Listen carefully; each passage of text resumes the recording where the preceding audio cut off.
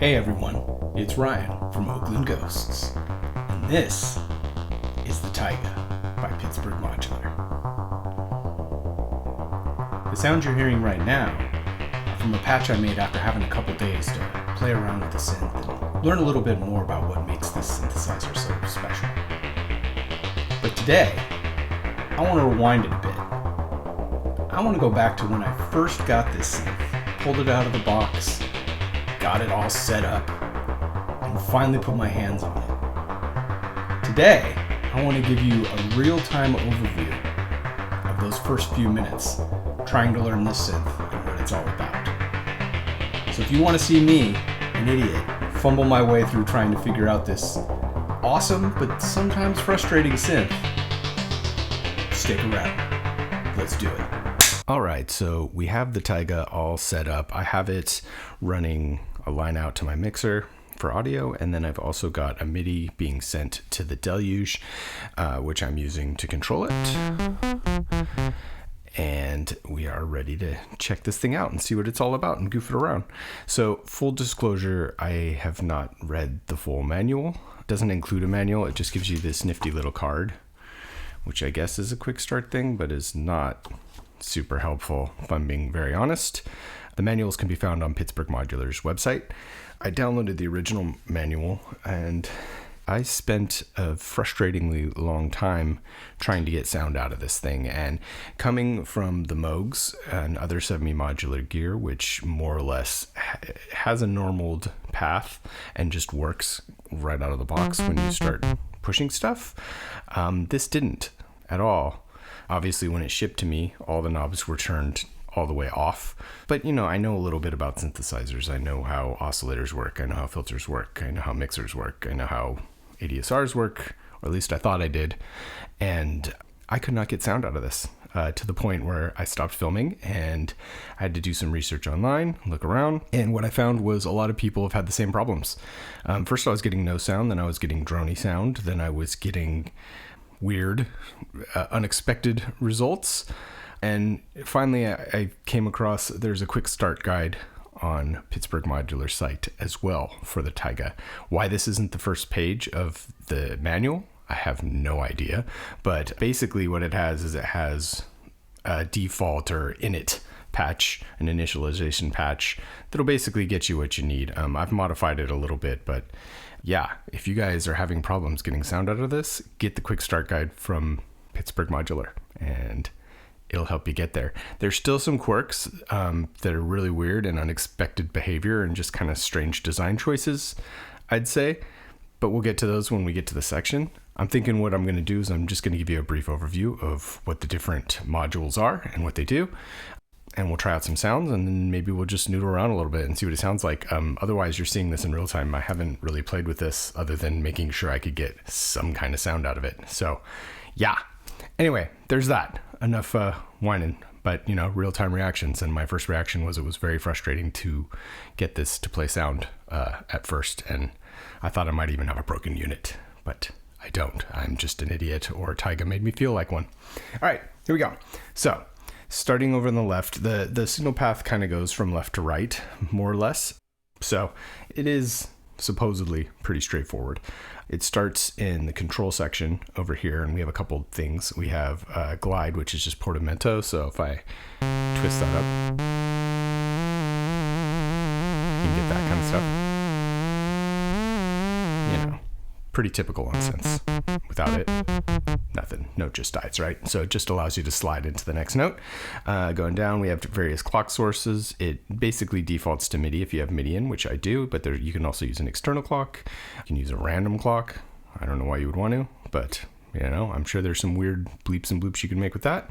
It does have an arpeggio mode. You know what, let's try it real quick. I haven't tried it. I think there's a couple different modes you can do, but in theory, I should just be able to. I mean, I have an arpeggio mode on the Deluge too, so it doesn't. No, I'm not getting anything. Okay, well, I'll have to look into the arpeggio. Oh, did I hit the right one? Oh, it's, see, these are kind of tricky. Did I hit the right one? Yeah, that's octave up, up, down. So this should be arpeggio. I'm holding multiple keys, but it doesn't seem like it's doing anything. So I don't know. I'll have to look into how to do that.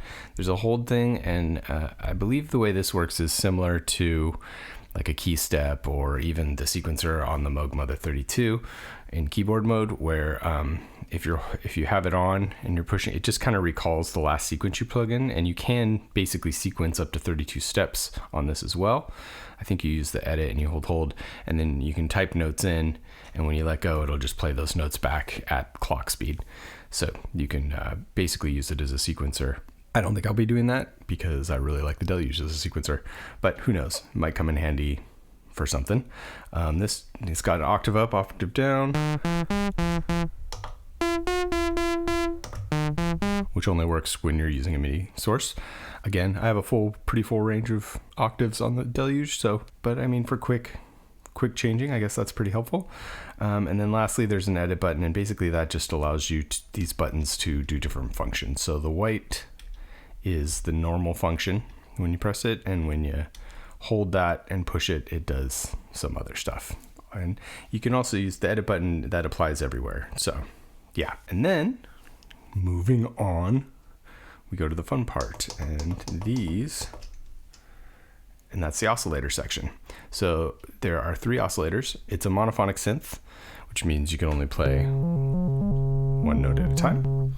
However, it is worth noting there is a way that you could patch it to make it paraphonic so that you could play 2 notes at once.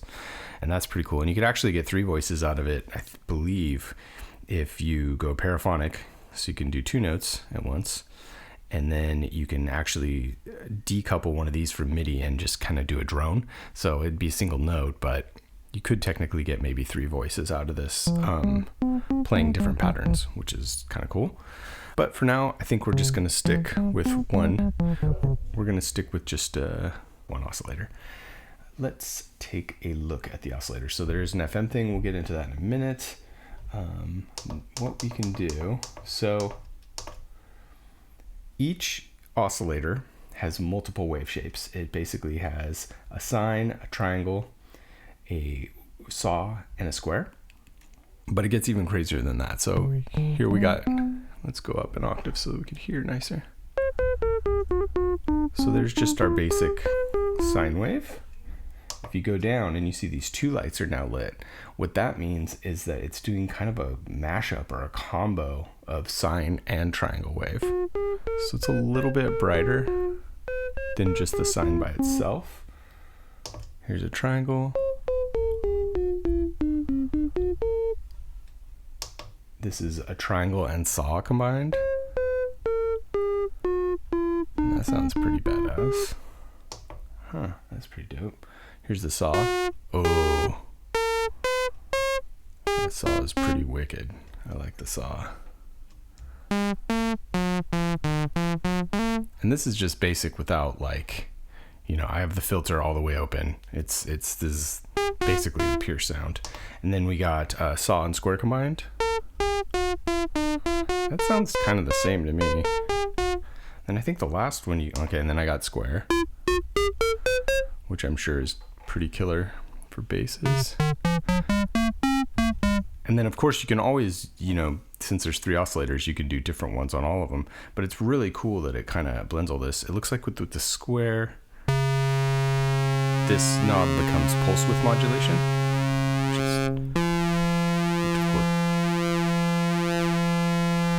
is pretty rad. And then the last thing you can do, this is square and sine. So it just kind of adds a little more bass bottom end to that, it sounds like to me. And then this last one, when they're all lit, I think it's just every key press is randomly, it just randomly selects one of the wave shapes from one of those. So why don't we go to the saw as an example, because that one sounded pretty killer. So those are the different wave shapes that you can get out of the oscillator, but the other, you know, the West Coast part of this East Coast, West Coast mashup comes from wavefolding. And what that means is it just kind of takes the top part and the bottom part of the wave shape, and it, you know, for example, if we had a triangle, and it just kind of folds it in on itself, so it gets, the wave gets crazier and crazier and crazier.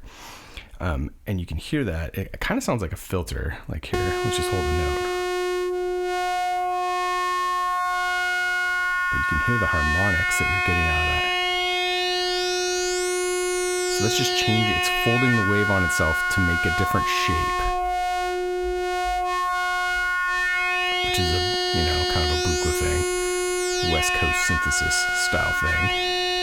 And then down here, you can of course, I think this is normal to the LFO. Yeah, so I got it. So that's like a ghost hand turning that knob.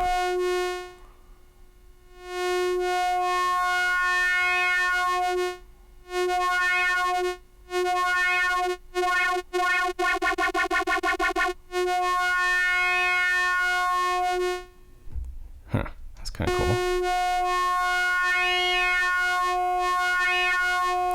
Yeah, so I mean, sure, you can obviously modulate this by patching it, but the ability, it just opens up.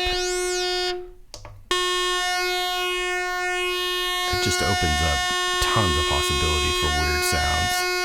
And then on top of that, of course, I'm gonna skip over the mixer for now. But the mixer is basically, you can repatch it however you want, but it's normal to, oscillator 1, oscillator 2, oscillator 3, and then it also has noise, which you can mix in as you see fit. But let's check out the filter.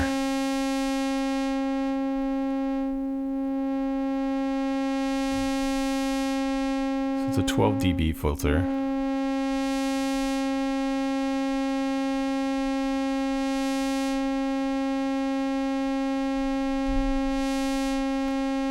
Let's turn up the resonance and see what that sounds like.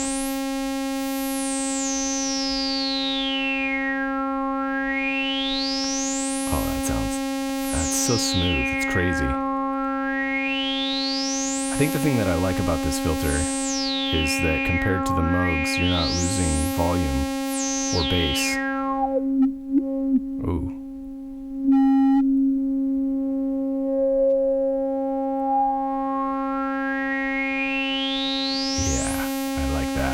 Well, that's fun. I like that filter. The cool thing about the filter too, from what I understand, is it's like these different wave shapes. It also does different modes. So we got low pass, band pass, and high pass filter, but you can do any combination of them. So here's high pass and band pass together. Here's band pass. So it's just kind of zeroing in on that sound. Band pass and high pass. And this is with the resonance just cranked, obviously. You can obviously modulate the filter or, just find a nice sound.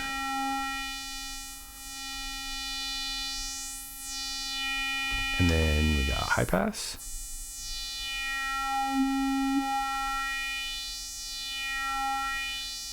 And then a combination high pass, low pass.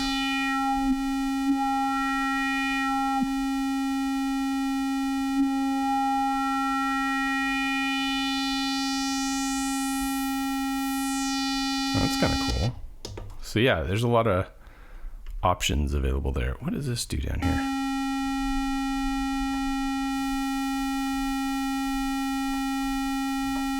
It just keeps the filter like wide open, it sounds like.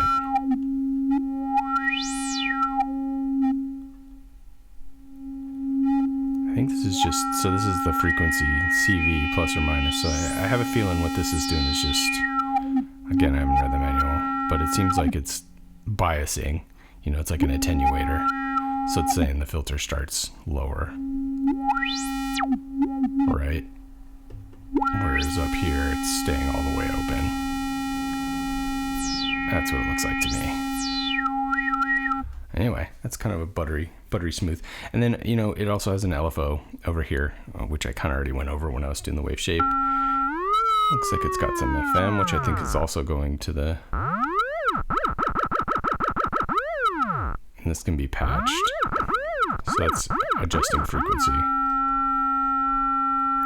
Weird. Okay. Hey, you know what? Let's add another one. Let's bring in... How about...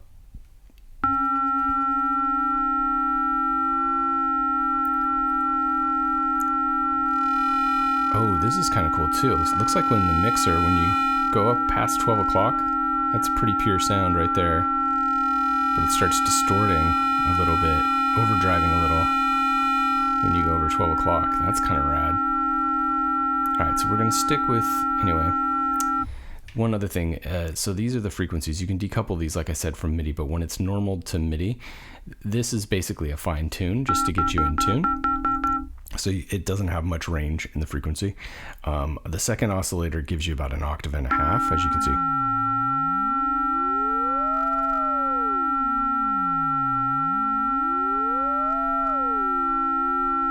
So I guess technically you could get a chord out of this, but usually, typically what you do is you would try to get them close to in tune and then detune one a little. Just to fatten things up. Like, let's go, if we're doing squares, let's do a square.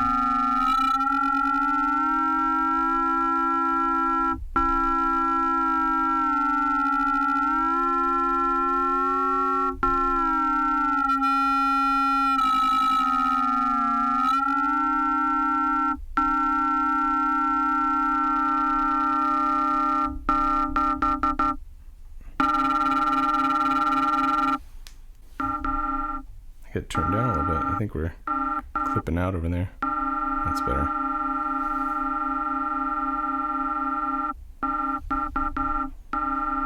All right, so we brought up the third oscillator. And this one has about 2 octaves both ways.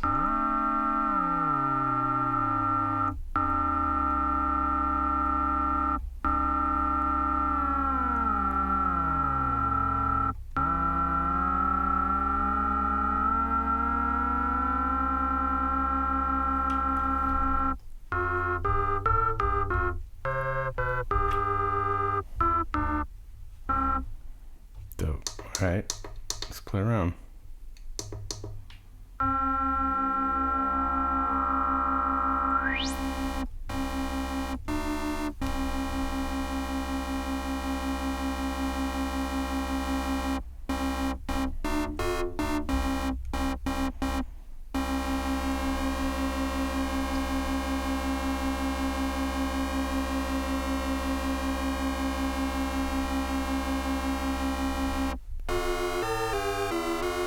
For the purposes of this, I'm not using any light. I'm just playing around again.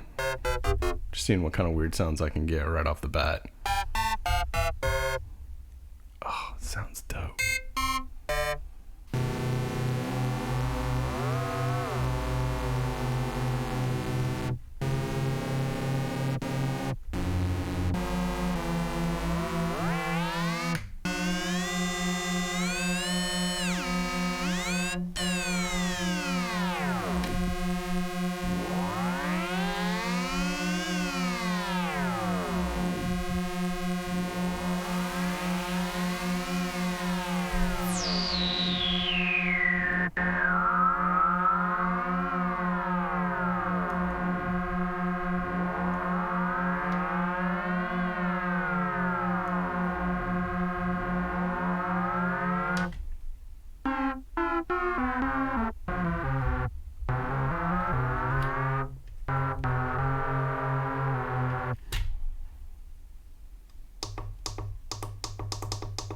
Yeah.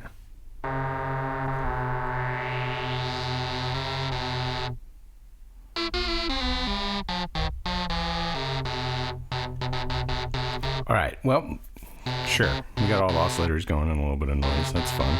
So the next, moving on past this, after it goes through the filter, it goes through the ADSR. And I believe this one, ADSR 1 is just for the filter. Let's turn them on and see what happens. I mean, it's unclear to me what the one ADSR does. It could be that like this one's really obvious, and this is where we're going to start getting into the first thing that kind of annoyed me, is the low numbers are really, so the default patch asks you to put it about right here, to put the release at about 100, keep the attack down, put the release at about 12 o'clock, right? So here's just hitting one note. I'm not holding the note. That was just a press. It's a really slow release, and I'm only at 12 o'clock. Like, that is a very slow release, right? I mean, that's crazy. And so the thing that was driving me crazy right there is I was like, why is the noise not turning off? It just keeps droning. This is by design, I guess. I don't know why, but you'll notice, like, look, okay, so I have to turn the release all the way off before I get it,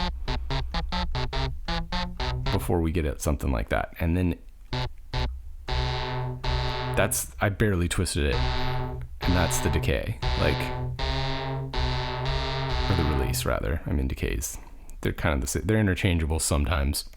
I understand how the ADSR works, but I mean, that's crazy. I hardly moved it, and if I'm even at, like, let's call it, what is that, 9 o'clock?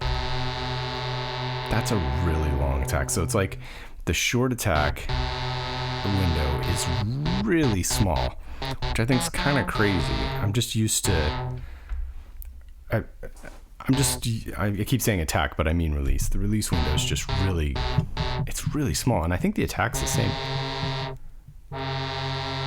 No, that's pretty about what I would expect. I'm going to go back down to one oscillator for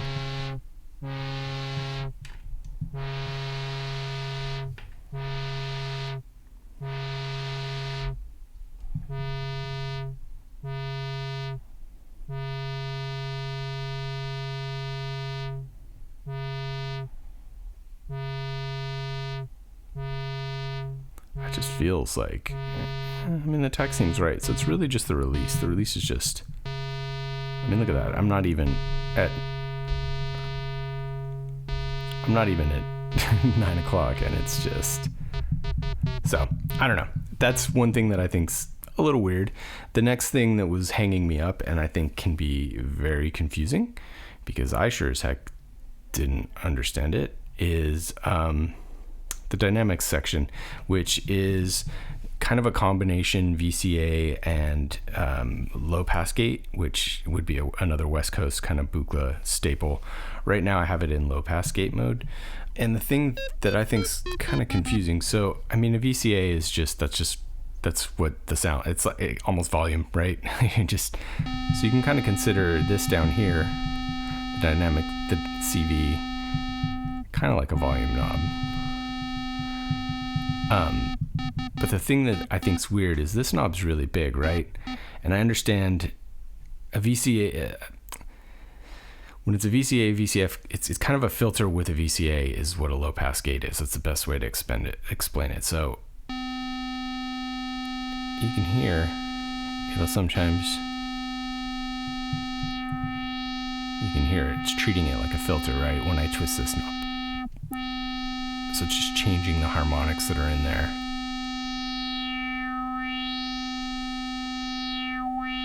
But the thing that I think's kind of confusing is this knob's bigger than these ones.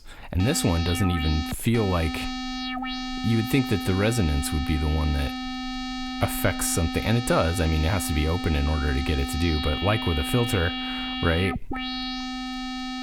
This feels like this knob right here to me, where you would think it would be this one that would be able to sweep like that, right? And what this does, I'm not altogether clear, other than when I let go, it stays open.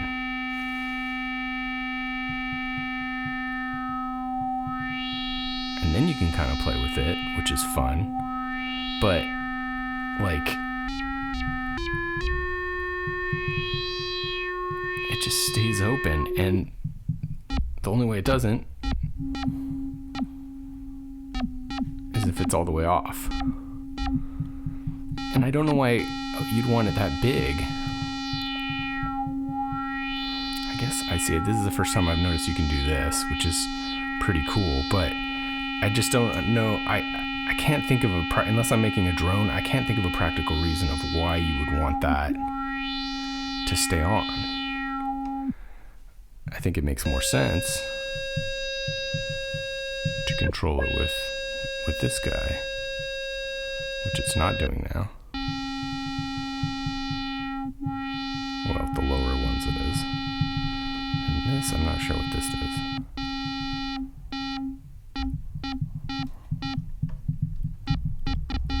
just drops off sharp, and I think this just kind of scoops off.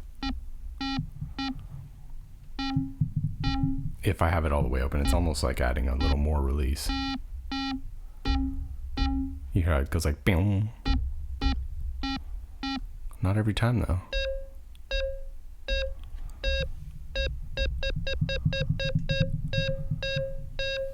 Ooh, it's tethered to the LFO. That's interesting. So what that's doing is making each press a little bit different, even though it's not velocity. That's kind of cool.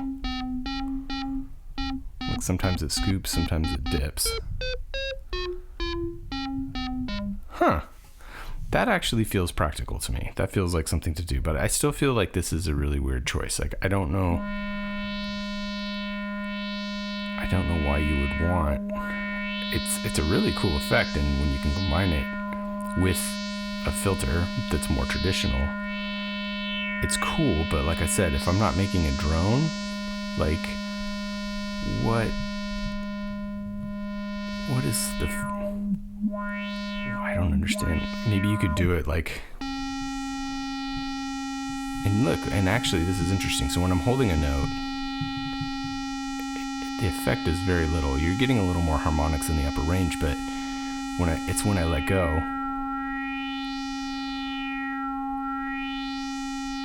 that you can really filter it. I think that's interesting. I don't know what the practicality of it is. I don't understand.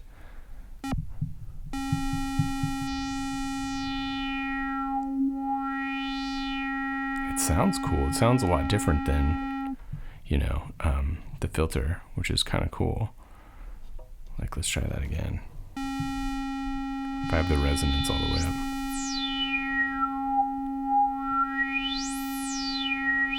So that's that, the sound you get with that. And then this, when this is on, let's turn the resonance all the way up.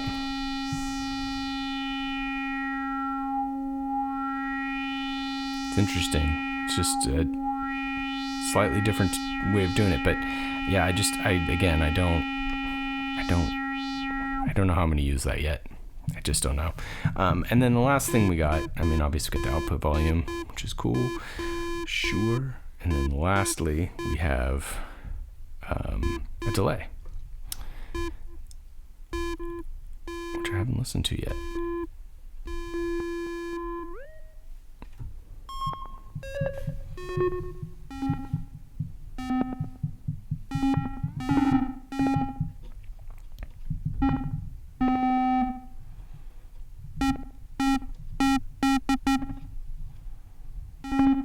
So this is all the way wet.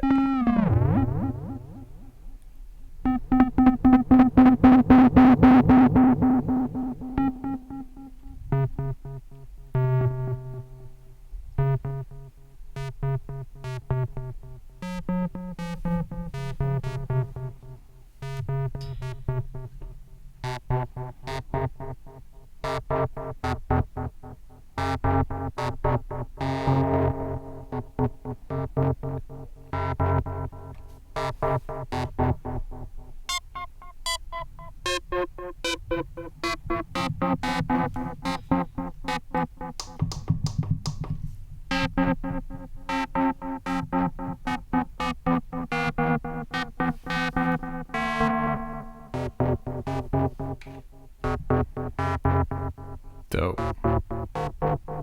It's really dark.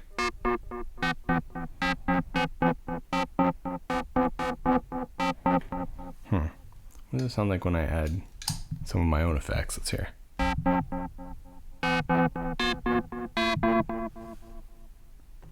Alright, I'm just adding some of my Zoya pedal, just some reverb.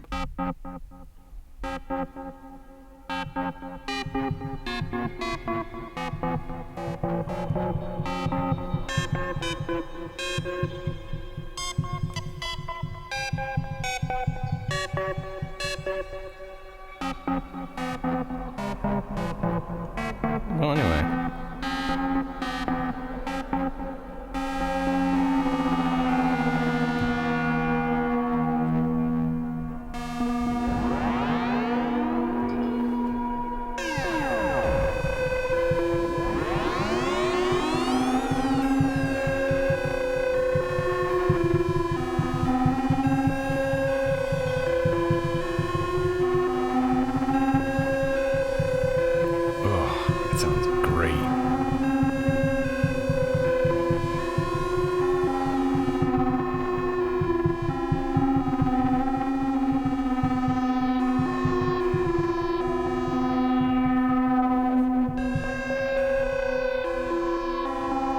So, I mean, this is with like no patching. I haven't patched anything here.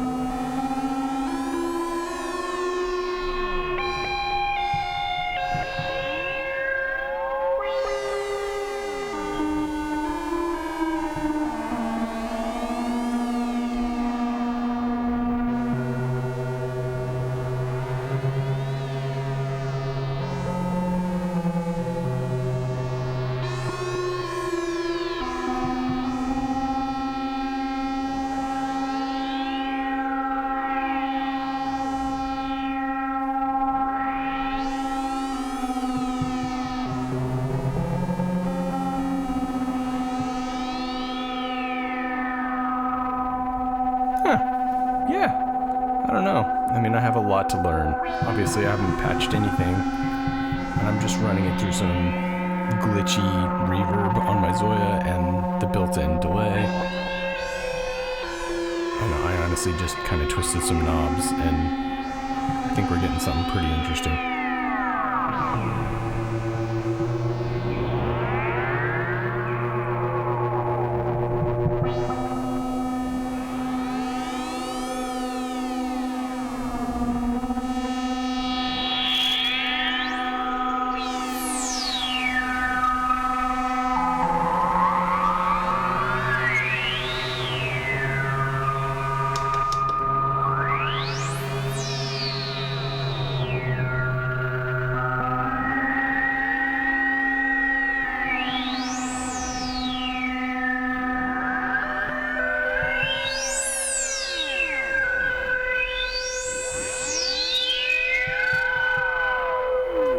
Well, in any case, there's my quick overview of the Taiga. I'm going to be slowly learning how to use this thing properly and figure out how it's going to fit into my workflow.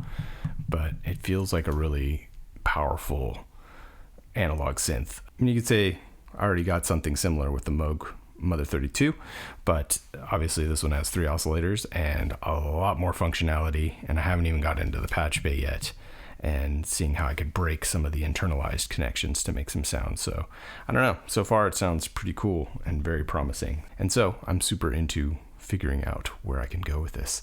Thanks for joining me. Stick around, I'll definitely be doing some more Taiga stuff later. See ya.